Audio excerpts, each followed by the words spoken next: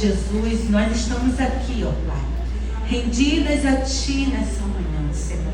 Ajuda, Senhor Jesus, a nós a entendermos e a esperarmos em Ti. Senhor, Tu és digno de honra, Tu és digno de glória, Tu és digno de louvor, meu Senhor. Conhece, Senhor, cada vida que entrou por essas portas, Senhor. Jesus querido, nesta manhã o nosso coração, Senhor, está grato, Senhor. Obrigado pelo Teu amor, pela Tua bondade, pelas Tuas misericórdias. Obrigado pela Tua graça, Senhor.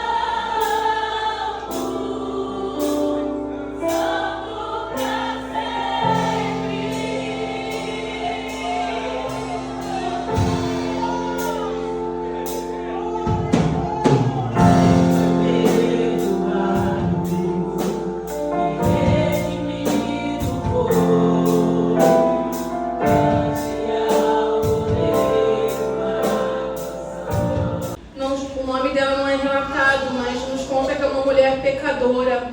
E na cidade, no tempo de Jesus, a mulher não tinha nenhuma honra, né? Ela era totalmente desvalorizada. Quem deu valor à mulher foi o Senhor Jesus, através da sua morte.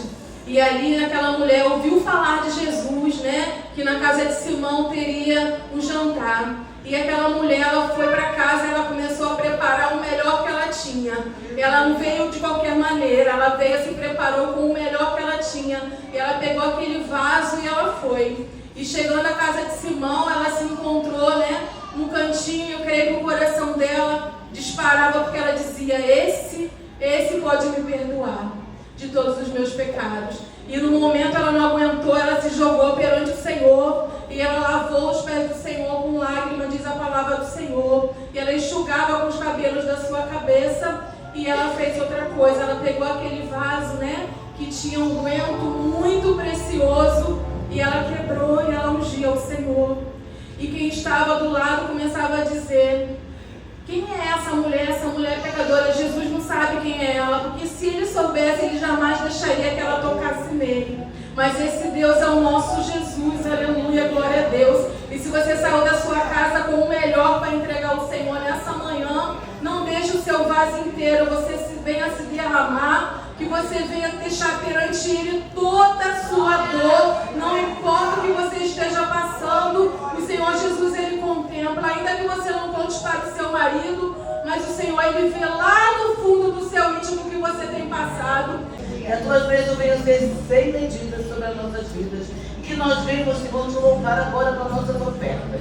Olha aí, Jesus. Abençoa, Deus, cada um que vai ofertar a tua casa. Oh, Senhor, que tu venha abençoar, que tu venha multiplicar. Quando nós nos permitimos sermos moldadas pelo Espírito Santo, nós vivemos uma vida de constante adoração a Ele. Porque eu sei que é muito fácil, às vezes, a gente entende a adoração da forma errada. A adoração não é somente chegar no templo, levantar as mãos, estar prestando atenção no momento de culto. A adoração não é somente isso. A adoração, ela é uma vida prostrada aos pés do Senhor. A adoração, ela é uma vida constante de entrega, todos os dias. E eu sei que às vezes é difícil, tem dia que a gente não quer nem falar com ninguém, que dirá adorar. Mas minha irmã, nesta manhã, o Senhor me convida, o Senhor nos convida a adorá-lo independentemente da situação. E é sobre isso que eu quero adorar com você nesta manhã, amém? Eu sei que posso ir além.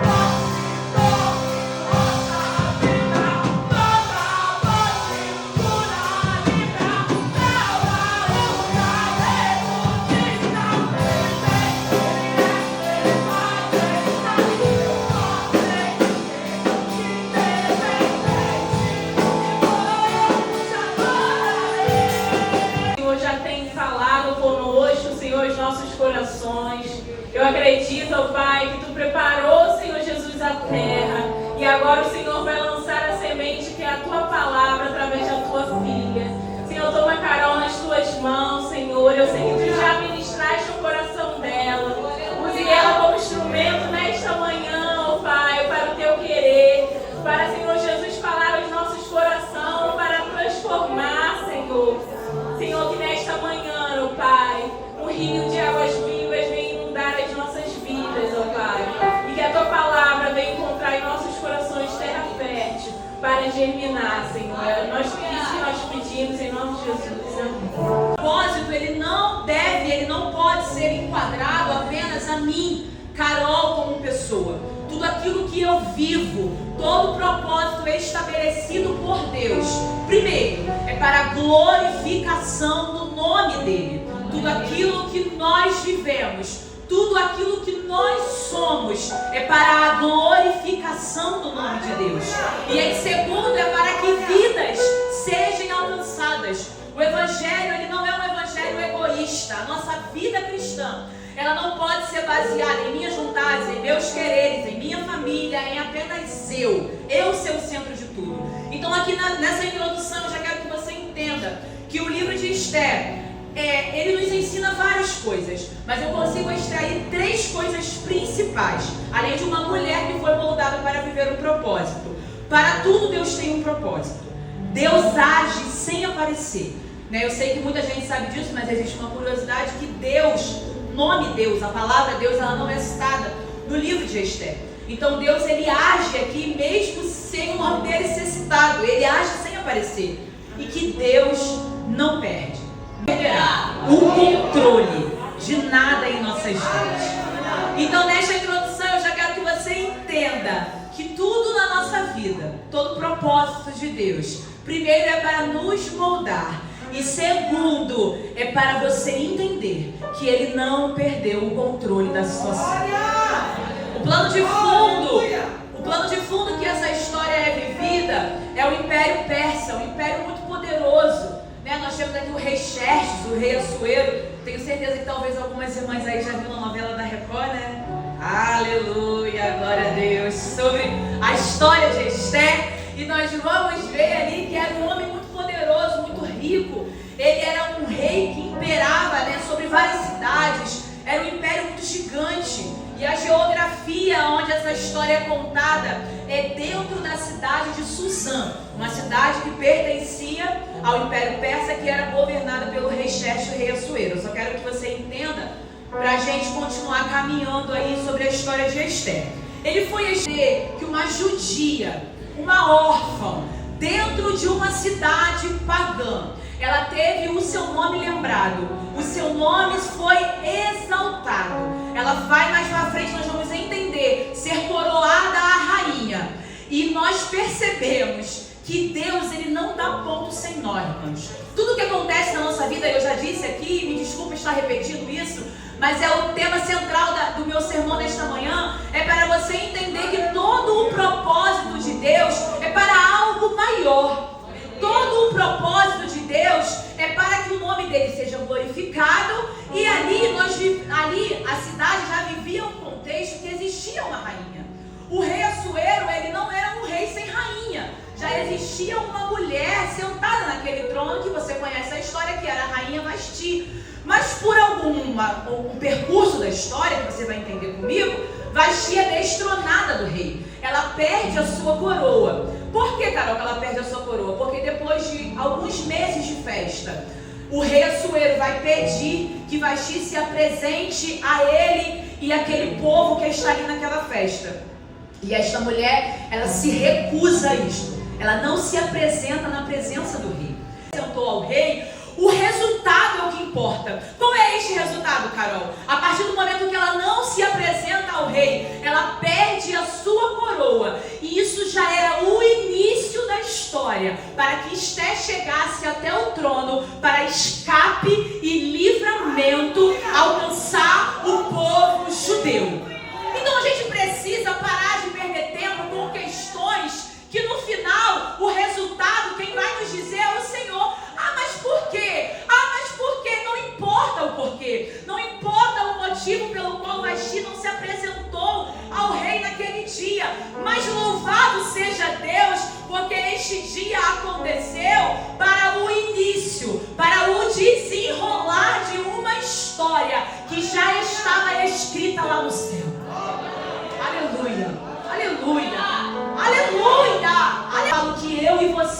não precisamos de nada além daquilo que é o suficiente. Como assim, Carol? O mundo nos impõe padrões, o mundo nos impõe regras, o mundo fala como eu devo me vestir, como eu devo me comportar, como eu devo falar, o que eu devo fazer, o que eu não devo fazer. Mas eu ainda fico com o que a Bíblia diz que eu sou.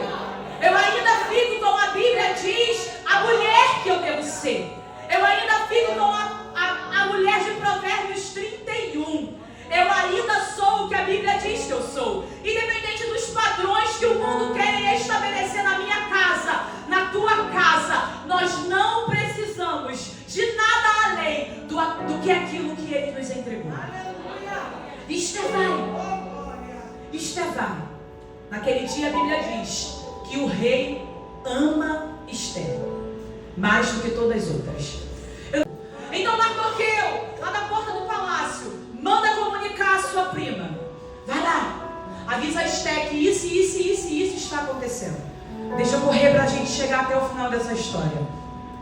Mas a resposta de Esther, nós lemos aqui nesta manhã, que é: eu não posso. Eu sou rainha, mas eu não posso, primo. Lembrando que eles não estavam se comunicando. Existia uma pessoa que levava os recados. Então, ela vai falar: olha, eu não posso. Tem 30 dias que o rei não me chama.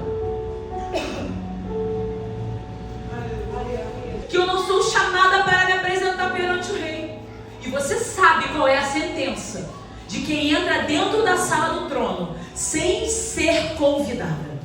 Você sabe, Mardoqueu, qual é a sentença que eu vou receber se aquele cetro não se estender para mim.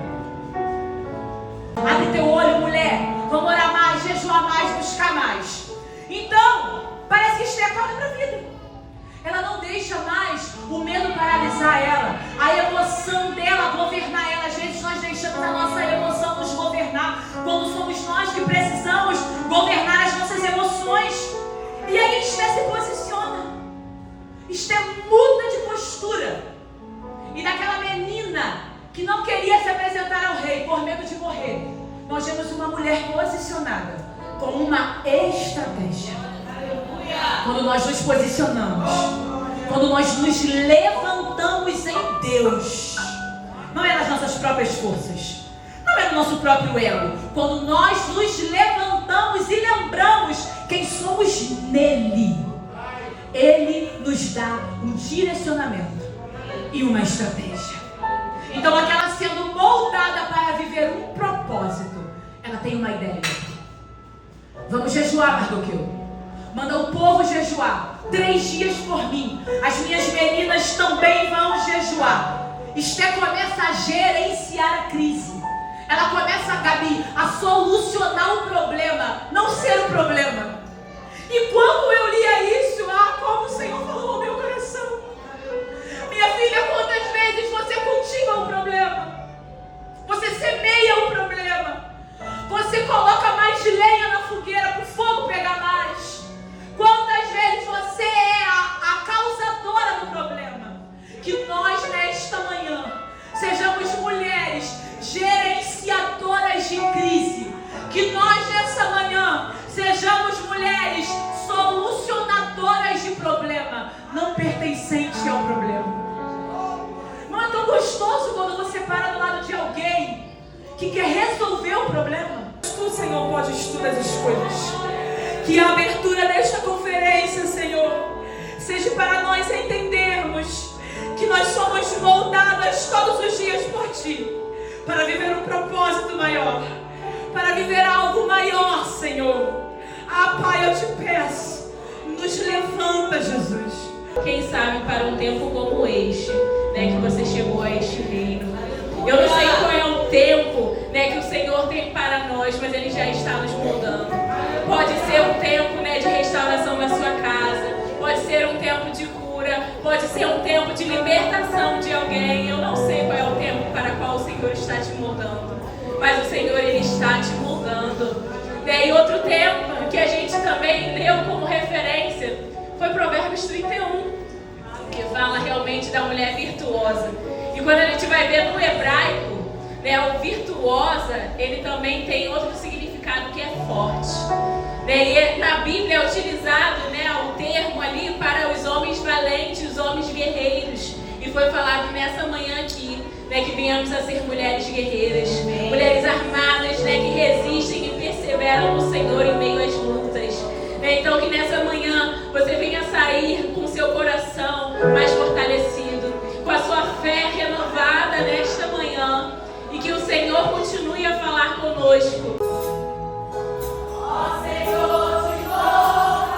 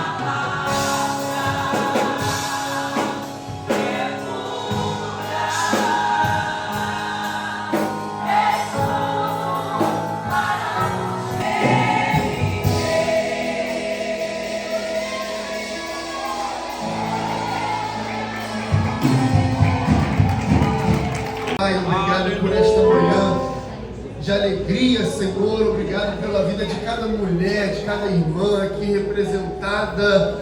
Ó Deus, que esse congresso de fato não seja apenas a celebração de mais um ano deste departamento, mas que neste ano, ó Pai, o Senhor possa cumprir os teus propósitos sobre a vida de cada uma delas. Salvador Jesus Cristo, o amor de Deus, o nosso Pai, e a comunhão e consolação do Espírito Santo seja com todos aqueles que amam e que aguardam a vinda de nosso amado Senhor Jesus Cristo. E as mulheres que são moldadas pelo Senhor digam: